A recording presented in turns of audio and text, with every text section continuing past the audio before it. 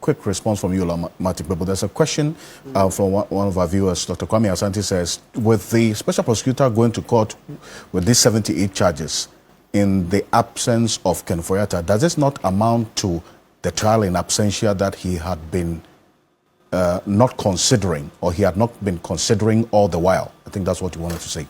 Yes, absolutely. So, you remember lawyer Tadio Sori was one of the first when this matter came up about ending of January. Tadio Sori was clear in his mind. Let's go for trial in absentia. Then later, a number of us joined. But they kept stalling. That's why I said, as they kept stalling, and you remember last week I mentioned to you that then I got credible information that Ofori Atta is trying to get a permanent residence card in the US. So people are entitled to read in between the lines.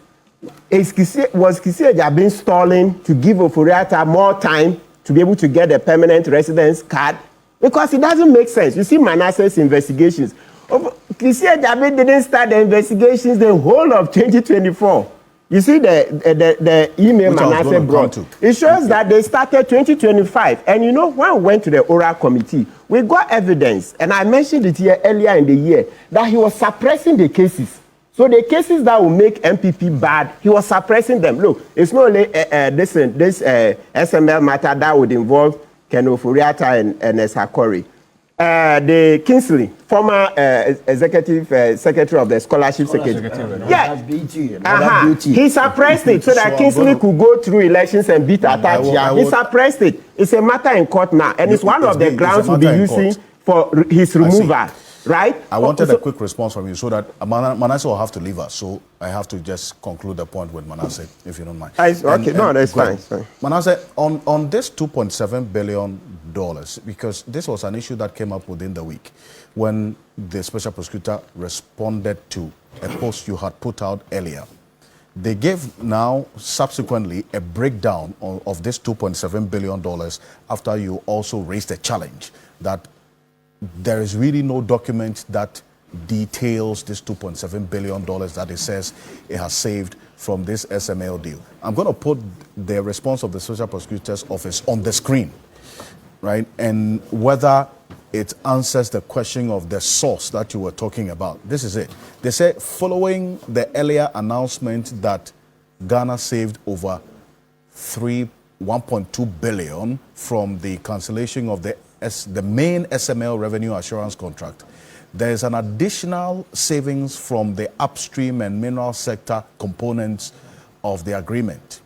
These contracts, which were based on a variable fee structure linked to exports of crude oil and gold, would have cost the state approximately $173 million. For crude oil, $2.6 billion for gold exports over 5 years. SML did not work as the arrangement coincided with the KPMG audit. Owing to the criminal investigation by the Office of Special Prosecutor and the subsequent cancellation by the President, Ghana has now avoided these further costs. Estimated export per month, and then crude and gold, they break it down, compensation due to service provider, compensation payable per month, and then compensation payable per year, all totaling almost $2.7 billion. And I said, that's what the special prosecutor put out to answer the question about where they were getting that $2.7 billion from, as against your $500 million that you were asking for. Does he answer the question for you? Manasseh. Alfred, if you look at that figure, it says 2.6, let's say 2.6. 2,626,354,864 Ghana cedis. Yes. The figure I contested from the OSP said $2.7 billion. That is about 30 billion Ghana cedis. So the question we should be asking the OSP is, how can we now move from $2.7 billion or 30 billion cedis to 2.6 billion cedis. I think the honorable thing for the office to do is just to apologize to the people of Ghana that we put out a figure that said this contract sum was $2.7 billion. $2.7 billion is 30 billion Ghana cedis. I tried to engage them privately. They argued, and I had to put this out and put evidence backing the claim that this contract was worth about a little over $500 million for the entire duration. Akufo Addo's administration, led by the president, asked KPMG to do the audit. The external price verification and the transaction audit components were cancelled after the KPMG report. The upstream and downstream did not take effect. At the time the OSP finished its investigation, the only payment that was being made to SML was the downstream audit contract, which amounts to $1.6 million a year. So even if we had to take the $500 million, by the time the OSP investigation ended, two components had been cancelled, some had been suspended, and this is how much we're paying, $1.6 million to SML in a month. So what you have read and put out there only confirms what I said, that the OSP peddled falsehood when it said it saved Ghana $2.7 billion. $2.7 billion is equivalent to 30 billion Ghana cedis.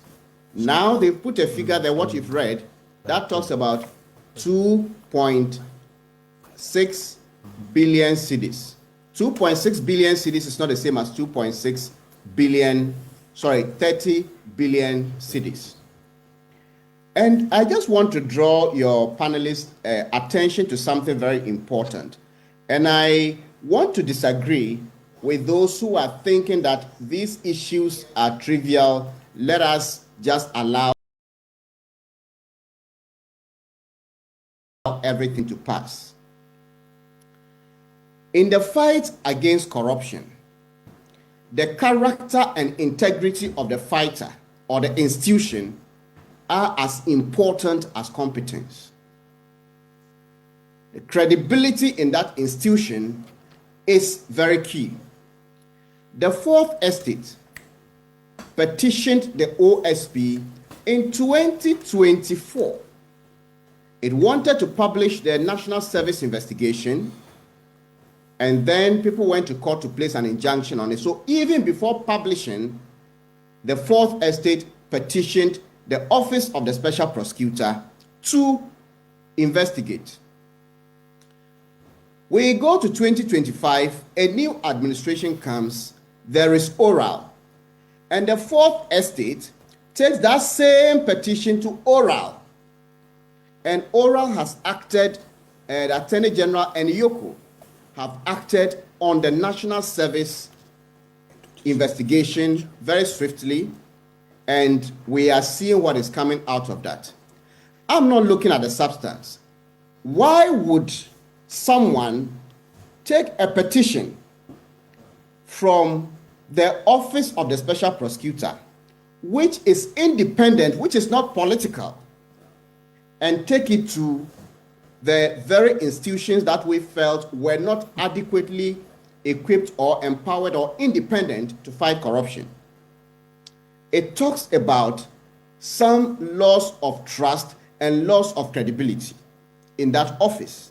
And I know people who are so disappointed, not because they are politicians, but because they have serious issues.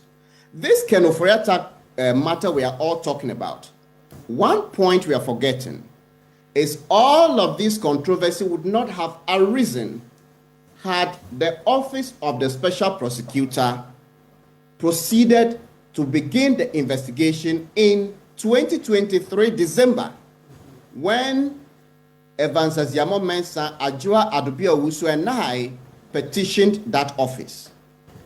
Alfred, I'm saying to all Ghanaians, and there is evidence to this effect, that the office of the special prosecutor did not start the SML investigation in 2023.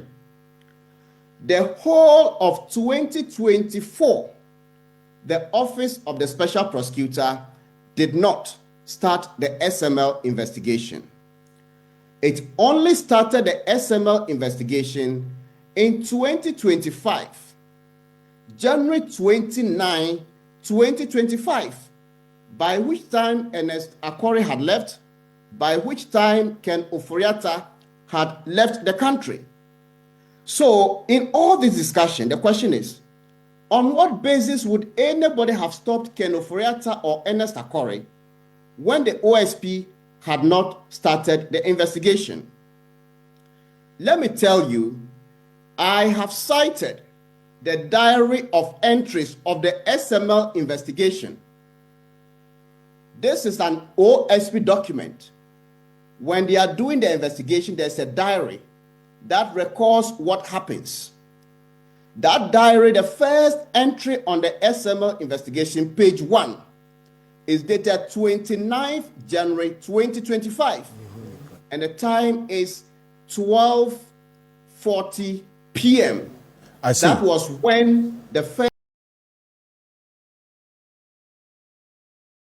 entry. It is titled Diary of Action Taken. The diary of actions taken. Yes. And you said this is a document you got from the special prosecutor's office? I am unable to tell you how I got it, okay, but this is from the office of the special prosecutor. Okay, we have a copy of it. Let me state, is this what you're talking about? We're going to put that on the screen right now. This diary of action is exclusive to Key Point this morning, and put it on record that may be what I'm talking about. This is the document. This is the diary of action you talk about. 29th, 12:40 p.m., 29th of January 2025. 2025. Yes. That is when the first entry on the SML matter was made. And you can see the summary of the case. Then you come to the next date, which is 30th January. There is something like Team A. And I just want to read that part because it is short. Please proceed with the preliminary investigation needs and prepare an investigation plan and identify the persons of interest we will need to interview. And there's a word that I cannot I cannot read because, and something departments and appropriate departments and agencies to provide information. This is 30th January 2025. And it says proceed with the preliminary investigation. But let me go back to the KSM interview. In that interview, this is what Kisi Agyapong said. We started our investigation in December 2023. By the end of December, we had a clear path of where we were going. The law says do not intrude too much into the lives of people and corporate entities during the preliminary stage. So at that stage, we don't go arresting people. We are quietly looking and questioning people. We only started calling in people in January 2025. And the final quote I want to bring from that interview is, we have been doing this the whole of 2024. So we started in December 2023. By the ending of January 2024, we knew what we were sitting on, what we had. That's why in January 2025, we started inviting our primary suspects in. I said in my write-up that the Office of the Special Prosecutor only reached out to me on the 29th of January. Then we had our first meeting on the 31st of January. And that meeting, what they said was that they wanted to understand the case. And on the 5th of February, they sent an email, and that email said that they needed some information for the preparatory processes towards the investigation. I put that email out. But if people are even doubting the writer of that email, which the OSP has not denied, they should look at the entry of the diary of this investigation on the 3rd of February 2025. There is a submission there. And part of it said on 29th January 2025, the team reached out, led by DSO, there's a name there, reached out to Manasseh Azuri Awuni, one of the petitioners, in this case on his cell phone number. My cell phone number is quoted there, and this is accurate.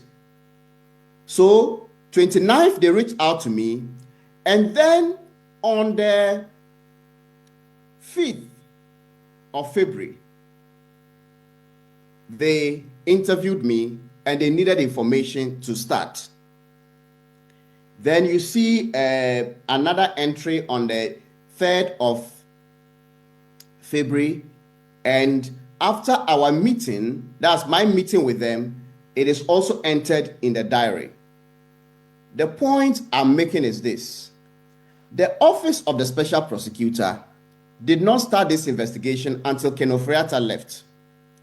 The Office of the Special Prosecutor did not start this investigation until Ernest Akore left. And I expected this office, which had all this period, told me in private conversations that they didn't want to, they were waiting for the government to change before they start the investigation, suddenly comes out to say that we started this investigation long time ago. So I have provided the evidence, the emails they sent to me saying that they were now beginning to start the investigation, and their own diary of entry of the SML case. The point I am driving at is this: when we have an office such as the OSP, I am one of those who believed and still believe that we need an independent office.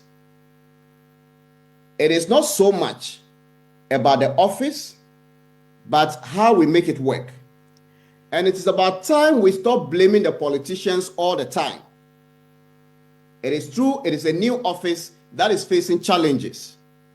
In 2021, the Media Foundation for West Africa got myself and then a few other young people to start the Fourth Estate. It was the first of its kind, an independent investigative journalism newsroom.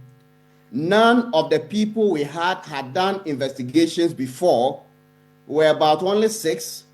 4 or so of them had just come out of journalism school. But everybody in this country can attest to the work the Fourth Estate has done over the period. So there are challenges, but we should not just be giving excuses. The office is called the Office of the Special Prosecutor, not the Office of the Special Excuses. So we should appreciate the problems, but we should also demand accountability, as Edem Sananu said. That accountability from leadership should not only come from political leadership.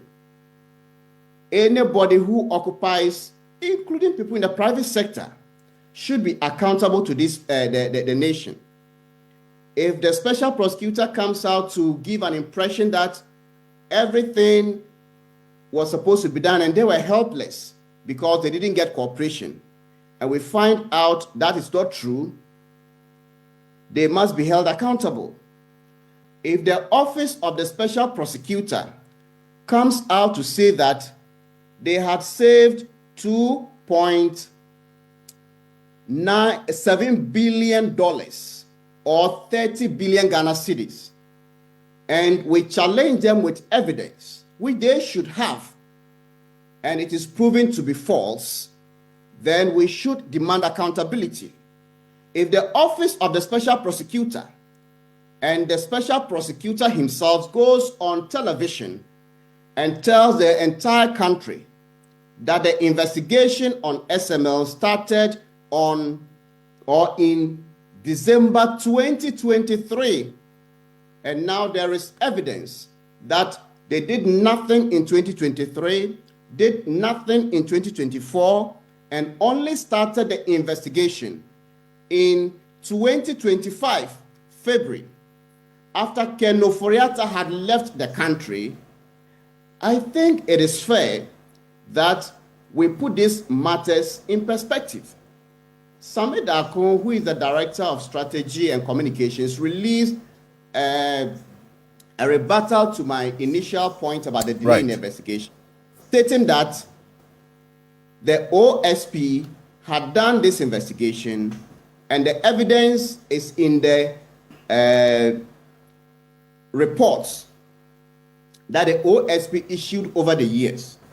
Now, I have put evidence of these people writing to me that they were beginning the investigation in 2025, and their own diary of the events show that the investigation started in 2025. What this means is that the reports that we read from the OSP telling us previously that they were investigating when they hadn't started, the reports are not true. And these are serious matters coming from an institution that should be regarded with so much integrity. And I don't think that we should decouple all of these things from some of the challenges that come out of that office. Every year, they are given a budget to do these things. So if you have a budget to fight corruption and in reporting how you use the money, you said, okay, part of the money was used to investigate SML. And then we are now told SML was not investigated at all. I think these are matters that we should interrogate and shouldn't make it look like some of us who are raising these questions have any problems with that office. I have been one of the staunchest supporters of the OSP. Look at the write-ups I've done in the past. But when some of these things started coming out and I knew that, oh, these things were false, and I even tried to engage some of them behind the scenes, they were not listening. It is only fair that as a journalist, when the PPA under Jáil claimed they had saved billions of cedis, I went after them and realized it was false.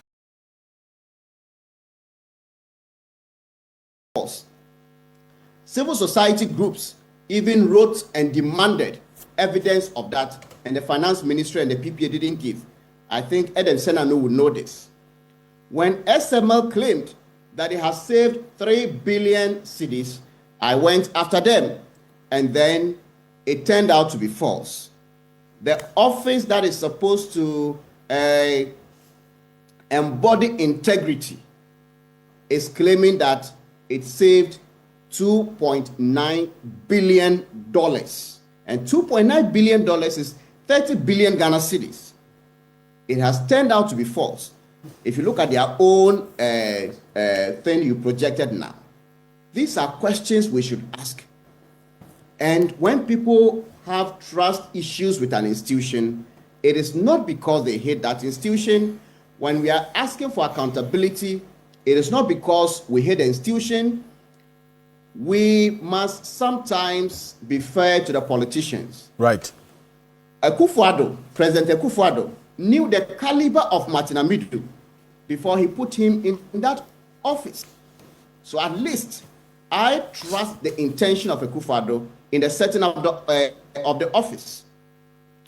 I also know that President Akufo Addo's intervention, even though it was half-hearted, saved the nation close to $200 million that would have been paid to SML, because the upstream and mineral sectors were suspended. They never took off. And that was the chunk that were paying close to $80-something million a year. Then the price verification and transaction audit contracts were terminated. So if I am a journalist who knows all of these, and I'm sitting down and watching somebody who slept on the job, and there's evidence that the office slept on the job, it's not an opinion, right. This is evidence. It is only fair for me to come out and say, these are the facts. Okay. I have commended the OSP for the investigation they have done on the SML. And I will commend the OSP. The facts and evidence they have is one thing, and getting the right charges and prosecuting the case is another thing. If they are able to prosecute this case and get monies back, and we get convictions, I will be one of the loudest cheerleaders of that office. But until then, we need to police them. There are many other things that are not looking good. I have given them some time to explain to me others, and they've said, okay, wait, we'll come to you with explanation. So I'm not going to put all of those things out. Okay. But there are serious issues. And I just want to also end by saying that from where I sit, Ken Ofori Atta's coming back into Ghana may be hampered. Why?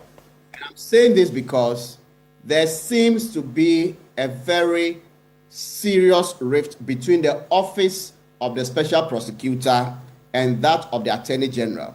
No, they said they don't have any rift. They are cooperating well, and they are not. Make your independent investigation. Don't take my word. They are not. Those two offices have a serious challenge.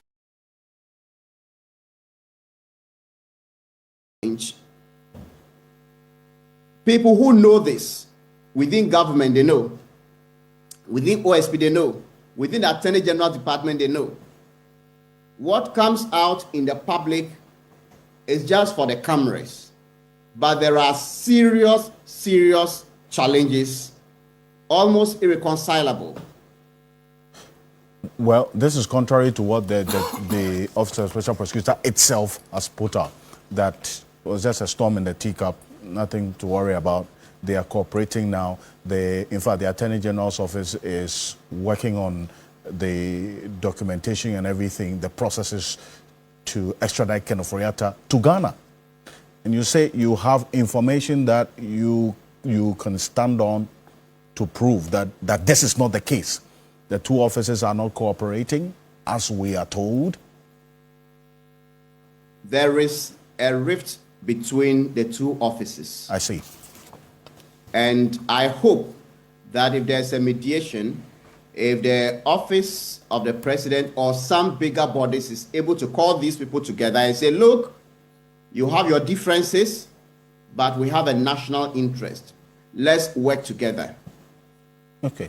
I don't think that if the relationship were as smooth as they make it look publicly, somebody would come out to say, bring us a docket, and we are not receiving the docket.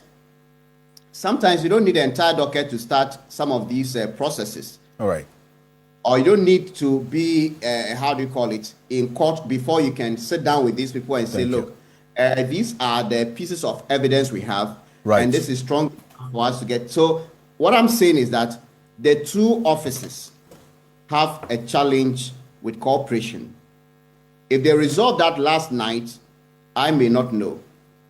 But make your independent checks with sources in the Attorney General and the OSP.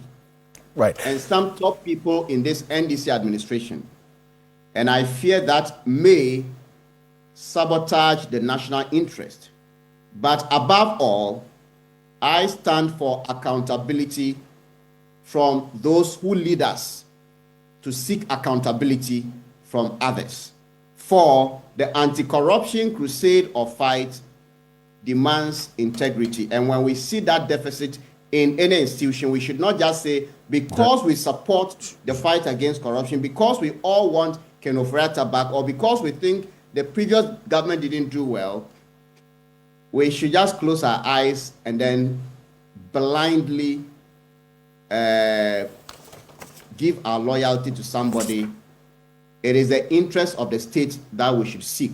Thank you. And that is why some of these facts are necessary to be put out there to help the discourse. Thank you very much, Manasseh Azora. Thank you, for which I want to bring in Solomon also on this. Whether or not it was indeed the case that the special prosecutor was actually truly facing any challenges in stopping Ken Ofori Atta, or these are issues that the office makes up. That's a question that Dr. Zato asks. But to authenticate this, you've had a further layer of Martin Pebu going to at least one of the many, is it not? Yeah, I've got the three, so the other two are here to respond. Also, you've asked questions of the immigration, yeah, and then also national security. Yeah. So which one responded to you? The National Intelligence Bureau. NIB is what responded former to you. BNI. How do we authenticate that this was indeed the case, that there were really challenges that could not help him do what he was supposed to do? Alfred, before I proceed, let us be clear here. This issue, people are trying to generalize it. When it's about Ken Ofori Atta, so let's all think about corruption. It is Ken Ofori Atta. Let's discuss it. And the OSP and his actions. And I wasn't too sure what my brother Adam was saying, that we should move on. This is a serious matter. In fact, if we are going to move on and leave Ken Ofori Atta's case, then nobody must talk about corruption in this country. I'm telling you, because until this administration, this current government take the issue of Ken Ofori Atta and take it seriously, nobody will take this government serious. Then the whole issue of ORA would have crumbled, and nobody in this country must waste our years with corruption. Because we are talking about a man who led this country in terms of managing our past, led us to borrow $13.5 billion, led us to invest $97 million into a hole, led us into an SMA deal, and we are talking about what? Then there is no need in discussing corruption again. Ken Ofori Atta somewhere during the erstwhile administration, where 80 members of his own party went to Parliament and said that he has to be removed. Beyond that, ball joined. They cited incompetence and also held grounds. He told us that he was fit. He was ready to die for this country. He was ready to die for this country. And I don't even understand this business of people saying that he wrote to the old chief of staff and the incoming chief of staff. As of the 2nd of January, we had only one chief of staff in this country. Who was our incoming chief of staff? So there was a transition process. No. You see, until you have been given the power, as of the 2nd of January 2025, President Akufo Addo was still in position. So there couldn't have been two chief of staffs. He wrote to his chief of staff, Femo Opare, and was granted. And the OSP did nothing. Absolutely nothing. This business of really sugarcoating that office, I'm even surprised he's still drawing salaries from the state. What do you mean by it's that? a total waste of everybody's time. With all the achievements, what have they achieved? What? They put out a list of... No, you see, the last time he came to tell us that he has flashed 10,000 ghost names from yes. Hey, so OSP is supposed to prosecute. They don't even respect our intelligence. What do you mean by that? What do you mean? You have gotten 10,000 people as being ghosts. Did you hear him prosecute any one of them? Because these ghosts, they have bank accounts that every month the monies go into it, then they withdraw. Ghosts, do they withdraw monies? Is it not human beings? That should have been a starting point in investigating, assuring the nation that he was doing something. When they put up something there for all of us to just go up like that as mumu, we are not mumu in this country. You said even with the SML, some 2.7 billion. He has no. You see, you shouldn't even. When you do that, when you give credence. When you do that, you see that you belittle our intelligence. I've said that he has to leave the office. He has no business whatsoever. I keep telling you, the very day that he did that press, was it a press conference or so, that he said, "Ankwanoma, made the make a crab out for it." He should have resigned. Yeah. But what he was telling her was that he has lost faith in the system. He couldn't deal with the system anymore. So just leave. And then we move on. You understand? Ken Ofori Atta came to tell us that through his lawyers that he was returning back to this country somewhere May. That position was affirmed by fellow Marcus, who were that sure.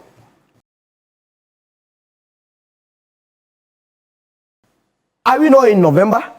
When is he going to come? In fact, the very reason why he left this country must be the reason why we must bring him back. He said he was going for health checkup. Is that not the case? If you are a finance minister and you were in charge of my purse, instead of helping to invest our monies into building state-of-the-art health facilities so that you and I, ordinary Ghanaians, when we are sick, we could go there. You came to mess us up, and when you felt you were sick, you are going to Mayo, the most expensive hospital, one of the most expensive hospitals in the U.S. Come and explain to us how we ended up destroying our financial fiber. You say you won't come. Today, as we speak, they are shifting the goalpost. Ken Ofori Atta is sitting somewhere, chilling. And we are discussing semantics, OSP versus Martin Pebu, because Martin raised issues. And let me say that, look, if the OSP and his people are thinking that it's only Martin that is not happy with them, then they must be mistaken. They must be mistaken. So whatever disagreements between Martin Pebu and the OSP is only benefiting Ken Ofori Atta. That is it. That is, it's part of the strategy. They want us to forget about the real issue of the corruption. I am not interested in whatever English you write. All that I'm interested in is that Ken Ofori Atta was given a mandate. And that our monies are not adding up. Come and explain to me. You are here writing English. And they want to play with our minds. We are very much focused on this matter, that he must be brought back. And I believe that this administration must also not be toying with us. Whatever it will take for them to go and bring him, they must do that. If the OSP is dilly-dally with the issue, they should just push him aside. There's an extradition process in place. They say that the Attorney General is aiding in the process. The last time, did you hear the Attorney General speak? To get it done. Bring them the file, it was even a matter. They sorted out so they should move. That's why I said the Attorney General must come in. I trust the Attorney General's office more than the OSP. The OSP will not take us anywhere. The OSP has stated that the AG's office is doing what you are saying. I want to hear from inconsistencies, a lot of them. He says that he discussed with other security agencies, yet they allowed him to go. Now it is turning out that was not the case. So how do you expect you to trust him? I want to listen to the Attorney General on this matter. And they must do this country that great service by telling us what exactly is happening. Because some of us want to see Ken Ofori Atta in this country. Want to see him in person. In person, but he was the finance minister in person. He was not leading the finance ministry in absentia. He was not doing Zoom meeting with us when he was the finance minister. Come back and respond to us as a country. Well, but he has been charged now. He's not in the country physically. He has been charged. You see, there was a precedent that was set that in those days, I said that we were heading into abyss with the said in Tamaklu. When judgments are giving people run away and go and sit somewhere, that is what is going to happen. Now, Ken has also followed. He has issues to answer here. He's living somewhere. The next time, somebody will just come and see the entire monies of this country and go and live somewhere. Is that the way we want to build this country? So please, Ken Ofori Atta's matter is as important as, in fact, it's the most important matter in the corruption issues. And until we deal with it constructively, you can dedicate the rest of the years discussing Ken Ofori Atta. We will not move on if that matter is not sorted. And the OSP cannot shortchange anybody. And nobody should bring semantics and try and create the impression that it's a trivial matter. It's a serious matter. It's a serious matter because my tax was paid. As a business, even when you cannot pay, you are forced to pay. And when we give you all these things to manage it well, and it's time for you to come and account to us, you say what? SML, he must come and explain to us. But does it not even give you that impression? You see, it's a shame that a minister of finance has run away from the country. And people are thinking that you say he's not well. No, he's very well. He's very well. Medical. Have you ever seen him ever since he told that he was not well? We had a whole clinic called Mayo. If you don't know who was there issuing letters, we never spoke to anybody there. Fake letters they were bringing. I dare them to let the person outside speak. Do you have evidence to support? I don't have any evidence that it was also signed by the Mayo Clinic. So then why do you say it's fake? It's fake because nobody knows. We have faceless people issuing letters. Along the line, from the Mayo Clinic, we have some people calling themselves family members who issued a statement. At the end of the day, they just only signed family members. Who are the family members of Ken Ofori Atta? A lot of things have happened in between. You can have about 1,000 members of the family. Who signed it? You want to know who signed it? Then they chickened out. Then the wife came in. Now look, the man was not well. What is this that we are? What is it about Ken Ofori Atta that we cannot confront it?